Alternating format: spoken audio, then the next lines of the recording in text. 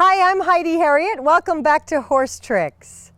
I'm happy to be part of your horse training journey. Now in this episode, we're going to train the first trick in our series. We're going to train the yes. We're going to teach our horse to nod their head yes. No, that's a yes, Lady. This is Lady Dancer. She's my dancing horse, and I brought her out here to demonstrate the yes. So, Lady, are you ready to go to work for everybody? Give them all a big yes. Good girl. Well, that's a yes, and we're going to show you now how to teach it with a horse who's just learning. All right, so this is the horse that's going to help us learn all the tricks, and you're going to learn right along with him. This is Chico. Chico's a beautiful little American quarter horse. He's a sweet little horse, little on the lazy side, so Chico's not as responsive as your horse might be, but this will give you a good example of what it's going to look like. Now, we're going to train the yes. You just saw Lady Dancer do it. Okay, the first thing we're going to cover, as always, is the location. Be in a smaller area, a paddock, or even inside the barn, in the center of the barn. If you're in cold weather, it's a great thing to do during the winter. There are some other locations around pen as well. They're all on my website. Also, position. You want to be just about 1.5 feet from the horse. You don't want to get too close that they could step on you, but you want to be right by their side where you would lead them from.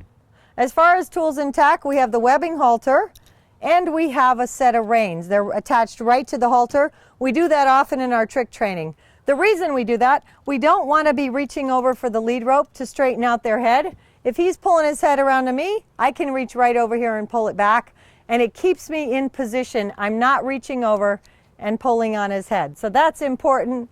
That's why we use the reins. I also have my little dressage whip or little crop. We might use that for a cue. It depends on how hard it's going to be to make the horse say yes. And then I have my treats in my little treat bag. All right, so the thing about this trick that's going to be unique, this is the only time we're actually going to change a cue from where we started. In our trick training, in my program, the one thing that's unique about my program, where we train the cues on the horse is exactly where we're hoping to have our finish cue. So whether you're in the saddle or on the ground, the cues do not change. The only exception to that is the yes, and here's why. We're going to start the yes by pinching right in the center of their chest. We're looking for them to bob their head up and down. The finish cue we want to be right here over on the side so that it can be pretty much invisible. We can stand there just like that, stand there and have fun with our horse. If we start to train it here, I found that the horse has a tendency to bring their face sideways. We don't want that. We want them to be straight up and down. So this is the only trick we're going to change that over. So let me show you how we're going to get started. The first thing we're going to try to do here is just pinch them right under the center of their chest. We want to keep their nose over. Just touch them, pinch them right here. Good. That's exactly what we're looking for. Now I don't want his face on me. I want to keep his head straight. So I'm going to pull him around with my reins. Get over, or put my whip here so that he stays over. That's perfect. Let's try that. Good. Nope, I don't want to know. I want the yes.